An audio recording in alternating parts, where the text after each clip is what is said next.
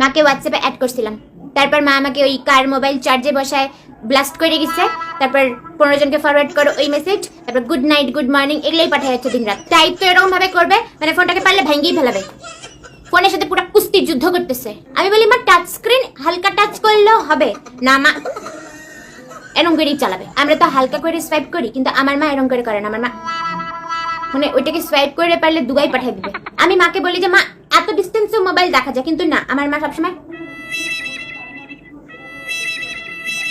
এত কাছের থেকেই দেখে। আমি ধরো মাকে কোনো একটা হাসির রিল দেখাইলাম, মা এটা দেখে বলবে বাবু এরা এরকম করতেছে কেন?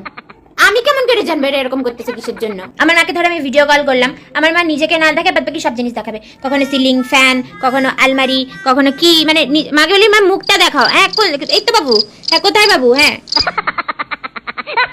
আমার মা বলবে আমাকে হোয়াটসঅ্যাপ চালানো শিখাই দে। বাবু এই নাম্বারটা ফোনে সেভ করে দে তো। বাবু ফ্রেন্ড রিকোয়েস্ট কি করে পাঠায়? তোর আর আমার একটা ফটো তুলে তোর আঙ্কেলকে হোয়াটসঅ্যাপ করে দে, তোর বাবাকে একটা মেসেজ সেন্ড করে দে আমার ফোন থেকে। এটা দেখতো কি একটা বাটন টিপে ফেললাম, কি হয়ে গেল এটা? এনে দেখ তো একটু ঠিক করে দে। ফেসবুকে আমার ফটোতে কমেন্ট করছে লোকে, কি কি কমেন্ট করছে একটু পড়তো।